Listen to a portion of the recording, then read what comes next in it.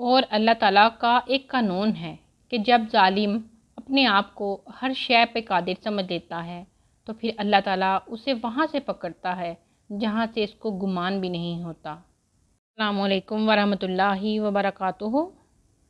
الحمدللہ سیرت حبیب صلی اللہ علیہ وسلم کی 17 اقساط جو ہیں وہ میں آپ کے ساتھ شیئر کر چکی ہوں، اور آج انشاءاللہ تعالیٰ 18ویں قسط ہم پڑھیں گے۔ اس قسط میں ہم جانیں گے کہ نبی صلی اللہ علیہ وسلم کے والد کا لقب ذبیح کیوں تھا، اس کی تفصیل اور نبی صلی اللہ علیہ وسلم کی ولادت باسعادت۔ تو چلیں سب سے پہلے درود پاک پڑھ لیجئے۔ پچھلی قسط میں ہم پڑھ رہے تھے ابرہہ کا واقعہ۔ آگے سے ہم پڑھتے ہیں کہ آگے کیا ہوا۔ ابابیل جو تھے ان کے پاس کنکر تھے۔ ہم نے یہ پچھلی قسط میں پڑھا تھا کہ 2 کنکر انہوں نے اپنی پنجوں میں یا پاؤں میں اٹھا رکھے تھے اور ایک ان کے منہ میں تھا۔ جس آدمی پر بھی وہ کنکر پڑ جاتا اس کا گوشت پگھلنا شروع کر دیتا۔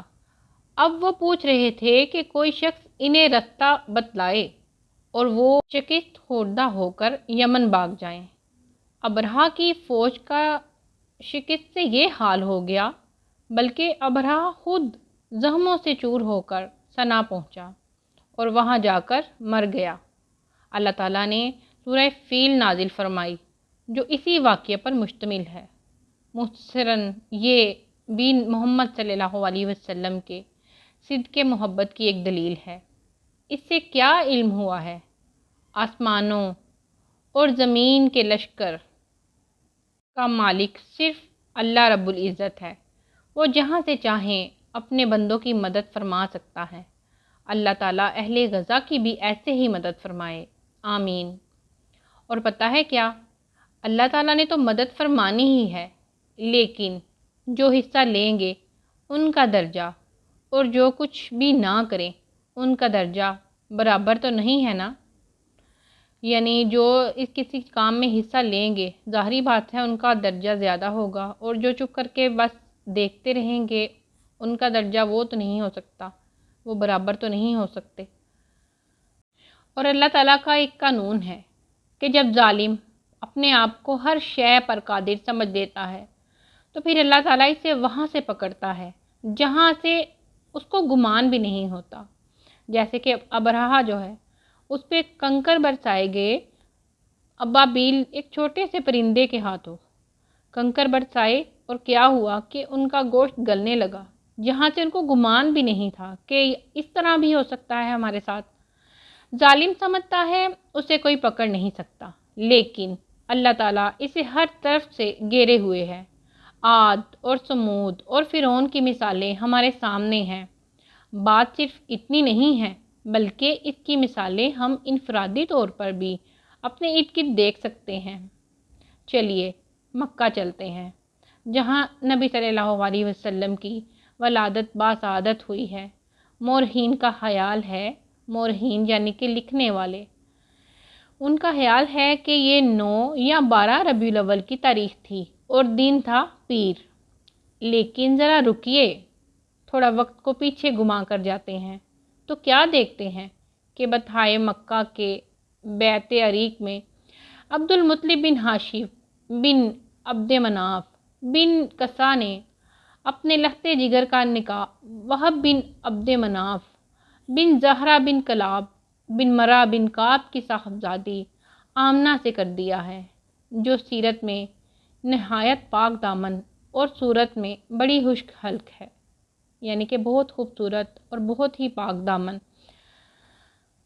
حضرت عبداللہ کا لقب ذبیح تھا، جس کا قصہ بہت عجیب اور دلچسپ، جس کو سن کر کان لطف اٹھاتے اور جس کے ذکر کا دل شوق رکھتے ہیں، اس کا مختصر ذکر کرتے ہیں تاکہ ہم فوراً ولادت باسعادت والے مقام سے دور نہ ہو جائیں۔ بنو جرہم نے اپنے ظلم و شکست کے بعد مکہ چھوڑتے وقت زمزم کا کنواں پاٹ دیا تھا۔ ایسا انہوں نے دشمنی میں کیا تھا۔ پاٹ دیا تھا مطلب برابر کر دیا تھا، ختم کر دیا تھا۔ اس وجہ سے عبد المطلب کے دور سے پہلے تک بر زمزم بے نشان ہی رہا۔ بالآخر ख्वाब में इन्हें बरे जमजम का मुकाम बताया गया, लिहाजा उन्होंने दोबारा का काम शुरू किया, जिससे कुरैश ने उन्हें मना कर दिया। इस वक्त अब्दुल मुत्तलिब का हारिस के सिवा कोई बेटा नहीं था, तो उन्होंने नज़र मानी कि अल्लाह ताला अगर उनको 10 बेटे अता करें जो उनकी हिफाजत और आनत यानी मदद करें, तो एक बेटे को वो ज़िबा करेंगे। जब अल्लाह ताला ने उनको 10 बेटे अता फरमाए तो उन्होंने अपनी नज़र पूरी करने का इरादा किया और बेटों में कुरा डाला जो अब्दुल्ला के नाम निकल आया। यानी कि उन्होंने पर्ची निकाली, पर्चियाँ बनाई जिस पे नाम लिखे, इसको कहते हैं कुरा डाला। चुनांचे वो अब्दुल्ला को ज़िबा करने के लिए काबा के पास ले गए तो कुरैश ने उन्हें मना कर दिया और मशवरा दिया कि मदीना में किसी अराफा खातून से उस मसले की बाबत दरियाफ़्त करें जो बेटे को ज़िबा करने से मुतालिक बताएगी। इस अराफा ने अब्दुल मुत्तलिब से कहा कि आप 10 ऊँट खड़े करें। इस वक्त इनके नज़दीक एक शख्स की दियत 10 ऊँट थे और अब्दुल्ला और ऊँटों के नाम का कुरा डालें। कुरा अगर अब्दुल्ला के नाम पर निकला तो 10 ऊँटों का मज़ीद इजाफ़ा कर दें और अगर ऊँट के नाम निकल आया तो इन ऊँटों को अब्दुल्ला की जगह पर ज़िबा कर दें। अल्लाह ताला राज़ी हो जाएंगे और तुम्हारे बेटे को निजात देंगे। चुनांचा कुरैश मक्का काबा में जमा हो गए। ऊँटों को और कुराए अंदाज को लाया गया, जबकि अब्दुल मुत्तलिब काबा के साथ ही हबल के पास खड़े होकर अल्लाह ताला से दुआ कर रहे थे और कुरान अंदाज नाम निकाल रहा था। यहाँ पे आज की हमारी जो किस्त है वो ख़त्म होती है, तो आप लोग जो हैं एक बार फिर दुरूद पाक पढ़ लीजिए। और आप कहाँ से सुन रहे हैं आप ज़रूर कमेंट करके बताएं कि आप कहाँ से सुन रहे हैं और सीरत का खूबसूरत सिलसिला जो है कहाँ से हमारे साथ जारी रख रहे हैं। और आप इसको शेयर भी किया करें, आप भी इसमें अपना हिस्सा डाला करें और आप इस वीडियो को लाइक भी किया करें। मुझे इसका इतना पता तो नहीं हो सकता है, आपके लाइक करने से या आपके कमेंट करने से ये और ज़्यादा लोगों तक जाए तो लाजमी इसके सवाब में आप भी ज़रूर हिस्सेदार होंगे। अल्लाह ताला हमारा कबूल करे। तो आप हमें ज़रूर बताएं कि आप पाकिस्तान के किस शहर से हमारे साथ हैं और कहाँ से आप सुन रहे हैं। तो इंशाल्लाह अब अगली वीडियो जो है वो सूरतुल हदीद की आयत नंबर 6 के बारे में होगी। इंशाल्लाह वो शेयर करेंगे, तो आप ज़रूर वीडियो को लाइक भी किया करें और कमेंट भी किया करें और हो सके तो इसको शेयर भी किया करें। और आप इसको मुख्तलिफ़ जगह पे शेयर कर सकते हैं, अपने दोस्तों के साथ, अपनी फैमिली के साथ आप इसको शेयर किया करें। और कमेंट्स जो हैं वो नए आने वालों को पता चलता है कि इस वीडियो में क्या है, तो आप ज़रूर शेयर किया करें और कम से कम आप अल्लाह का शुक्र अदा किया करें कि जो आप ये सुनने का मौका हमें मिल रहा है।